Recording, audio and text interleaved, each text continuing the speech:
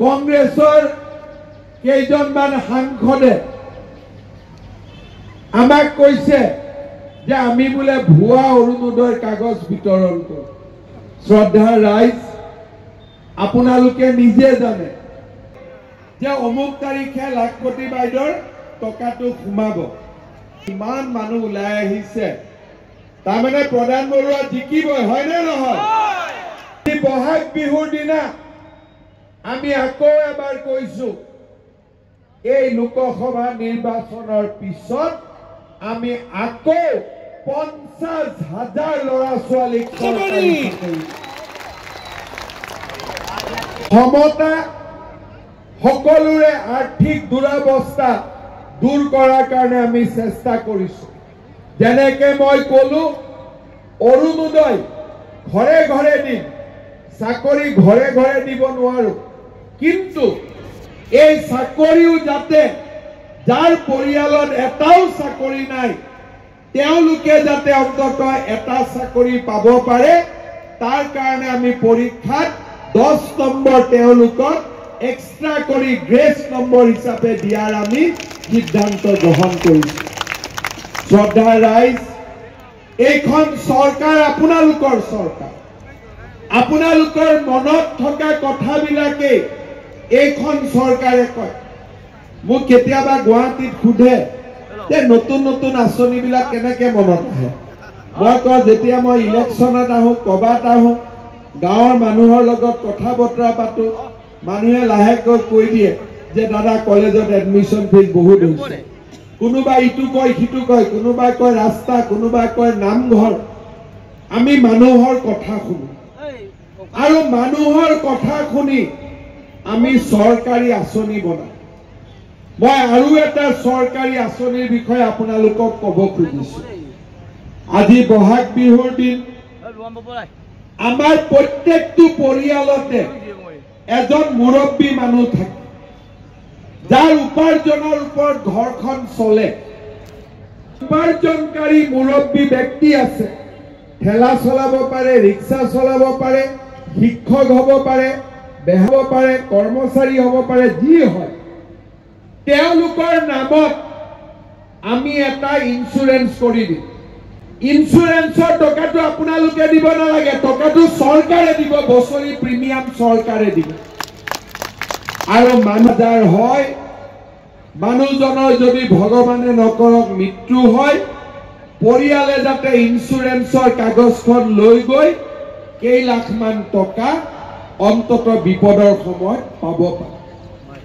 আপোনালোকে চিন্তা কৰক, আমি কিমান ভিতৰত গৈ আমি আপোনালোকৰ সমস্যাবিলাক সমাধান কৰাৰ চেষ্টা কৰিছো।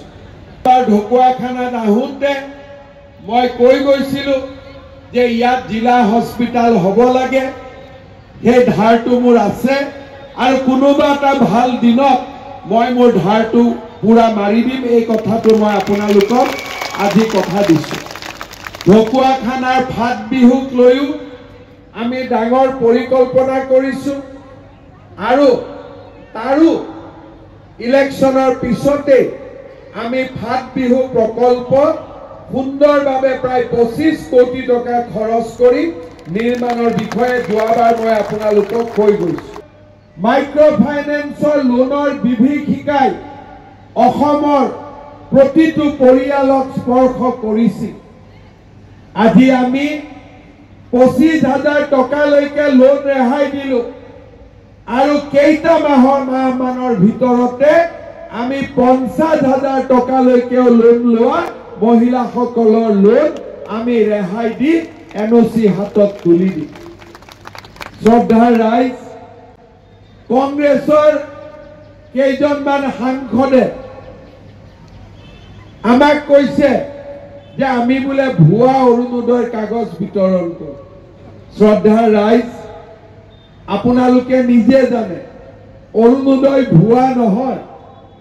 অসমৰ 28 লাখ মহিলাই অৰুণোদয় আঁচনি লাভ কৰে। ই ভুৱা নহয়, কিন্তু আমাৰ স্বপ্ন অসমৰ যাতে সকলো পৰিয়ালতে একোটাকৈ অৰুণোদয় আঁচনি আহিব পাৰে। পুনৰ এবাৰ আপোনালোক আশীৰ্বাদ কৰিব।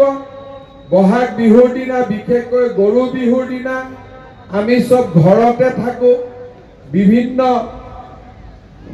মাংগলিক কাম কৰিব লাগে। তাৰ পিছতো আজি আপোনালোকে ইয়ালৈ আহি প্ৰধান বৰুৱা ডাঙৰীয়াক যি আশীৰ্বাদ দিলে তাৰ বাবে মই আপোনালোকক ধন্যবাদ আৰু অভিনন্দন জনালো। আৰু নৰেন্দ্ৰ মোদীক ভাৰতৰ আকৌ এবাৰ প্ৰধানমন্ত্ৰী নিৰ্বাচিত কৰাৰ বাবে অনুৰোধ কৰিলো।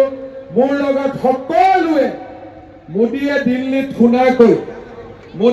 দিল্লীত শুনাকৈ মোৰ লগত সকলোৱে একেলগে ক'ব, ভাৰত মাতা কি ভাৰত মাতা কি নৰেন্দ্ৰ মোদী জিন্দাবাদ নৰেন্দ্ৰ মোদী জিন্দাবাদ প্ৰধান বৰুৱা জিন্দাবাদ প্ৰধান বৰুৱা জিন্দাবাদ নৱদলে জিন্দাবাদ নৱদলে জিন্দাবাদ পৰমানন্দ সাইনিয়া জিন্দাবাদ। বহুত বহুত ধন্যবাদ। সকলোকে আকৌ এবাৰ বহাগ বিহুৰ শুভেচ্ছা জনালো। জয় হিন্দ, বন্দে মাতৰম।